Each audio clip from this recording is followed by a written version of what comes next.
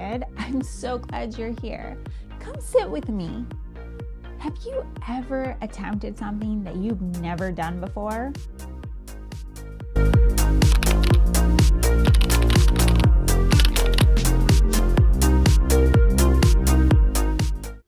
Well, last week, London decided to switch out the tubes and tires on her bike. Her back one had been popping, even though we'd switched out the tube a few times. So she had gotten a new tube and new tire to see if that would fix the problem. Now, she had never done it before, but she had seen her dad and Pop-Pop switch out the tubes, and so she decided that she could figure this out if she just looked at it like a puzzle. Do you like puzzles?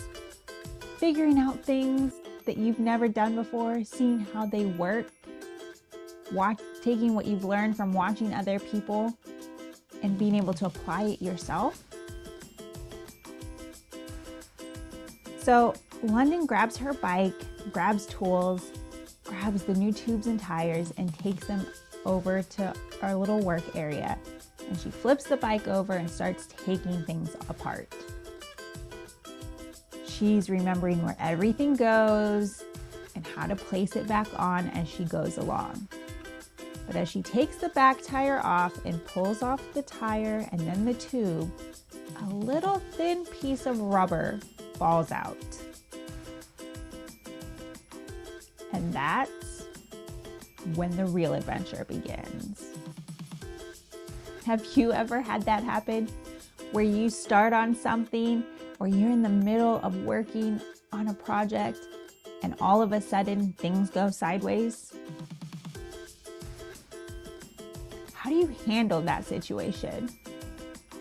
Do you look at it as a new challenge? Or maybe does it get a little bit frustrating? Well, London discovers that that little piece of rubber actually protects the tube from the spokes.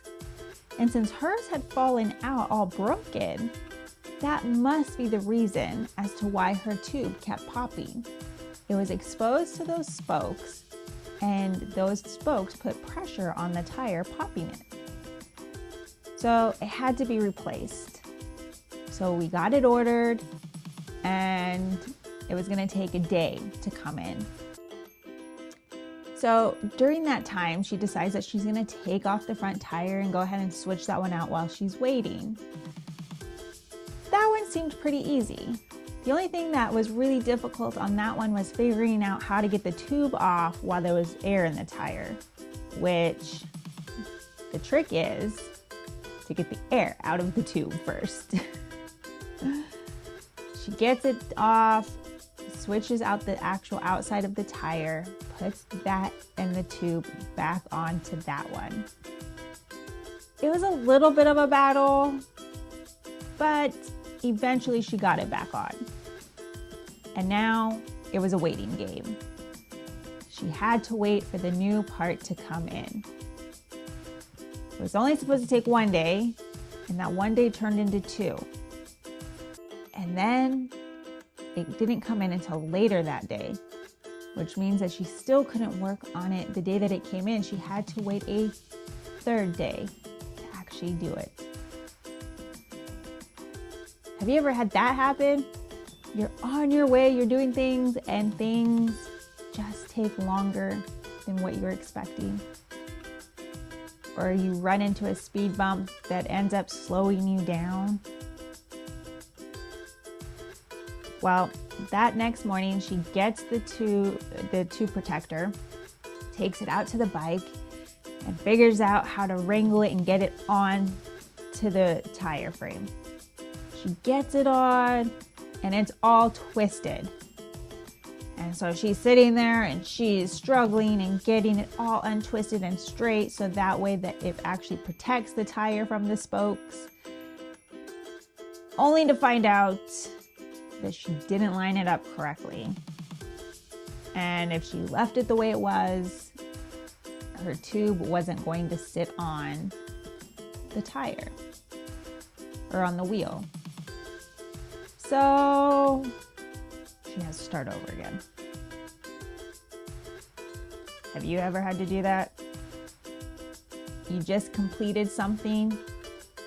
Maybe you wrestled with it, maybe it was easy, but then you find out that you made a mistake along the way and you have to do it again. Okay, so she takes it off, even though she doesn't want to, puts it back on. Luckily this time it's not as twisted as it was before because she really worked hard at lining it up and making sure everything stayed as straight as possible. She gets it on and now she's like, okay, I just have to get the tube and tire on. So she grabs the tube, grabs the tire, and goes to put it on the same way that she did the front tire. But it's not working. She tries and she tries and she tries and she tries and she wrestles and she pushes and pulls and bends and is just doing everything she possibly can to get this tube and tire onto the wheel frame. And it's just not working.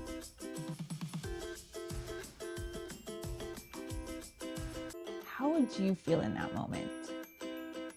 You have already done this before and it turned out fine. And now here you are struggling with the same thing. And no matter what you do, it just doesn't want to cooperate. Well, London walks away. Says, I can't do it today. I'll try again later. So she comes back the next day and tries again. She wrestles and wrestles and wrestles, and somewhere around the 2-hour mark, she finally gets it back on.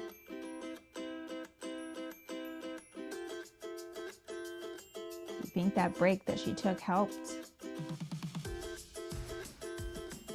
Have you ever taken breaks when you couldn't figure something out? So she gets the tire back on and she takes it over to her bike and gets it all bolted back on, spins it, and it's rubbing the bike frame. So she makes an adjustment, spins it again, still rubbing the bike frame. Makes another adjustment, and another adjustment, and another adjustment. And can't figure out why it's still not working. She keeps adjusting and adjusting, and finally everything is aligned and she spins the tire and it spins just the way it should.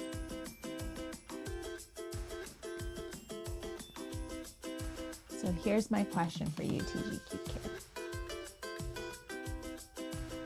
What do you do in those situations? In those situations where you are working on something and it seems like everything is a battle.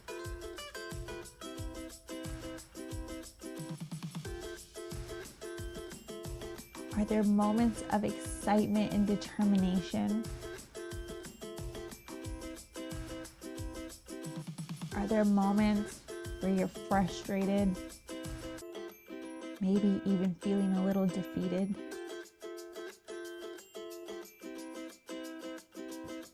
Do you walk away? Do you ask for help? Do you come back to it? What keeps you going in those situations where it seems like whatever you're working on, whatever you're trying to do, just doesn't want to be done?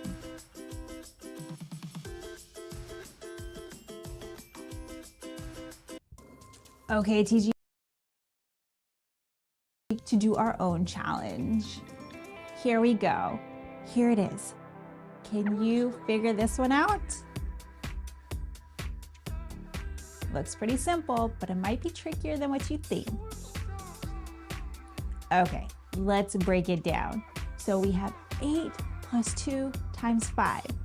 Now, when we read from left to right, but in math, we don't do problems just left from right. We follow our own math rules, which is to work big and to go into our smaller. So we do parentheses, then we do exponents, we do multiplication, division, addition, and then subtraction.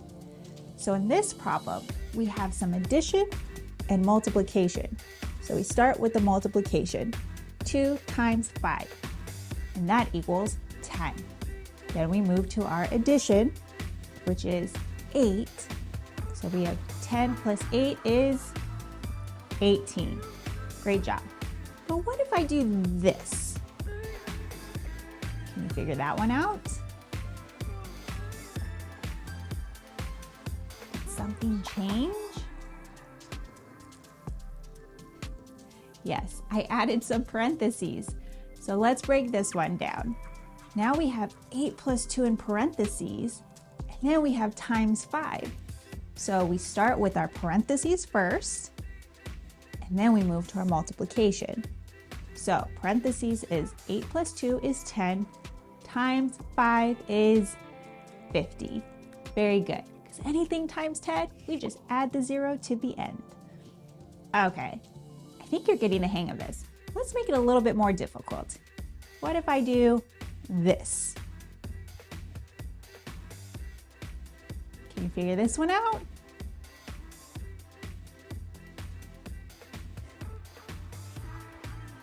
A little bit difficult, but you've got this. Let's break it down. So we have 8 plus 2 times 5 plus 3. Remember our order of operations. We start with multiplication, and then we go to our addition, which is what is in our problem. So our multiplication is 2 times 5, which is 10. Then we do our addition, plus 8 plus 3, which gets us to 21. Great job. Okay, you're like a pro at this now. So let's take it up a notch. How about this problem? Can you figure it out? Okay, let's take it and break it down. So we have 6 plus 4 times 3 plus 9. So where do we begin? Our multiplication. So let's go there. So we have 3 times 4 is 12, plus 6 plus 9 equals 27. Very good. Okay, last one. Are you up for it? I think you can do it. Okay, so here we go. What just happened? Do you see what changed?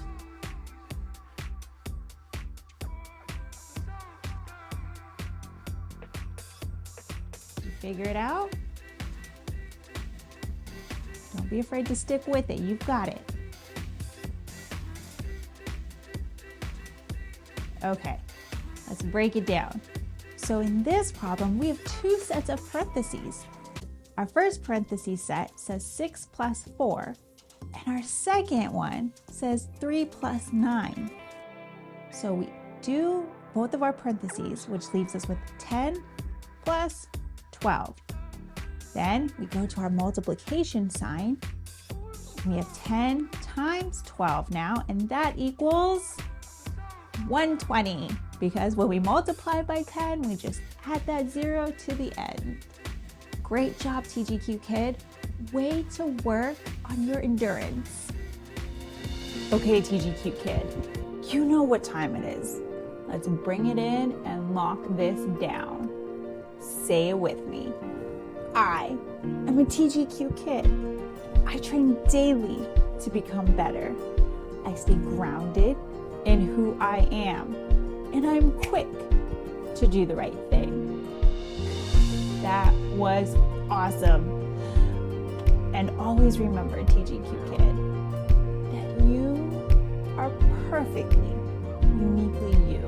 And the world wouldn't be whole without you. Well, until next time.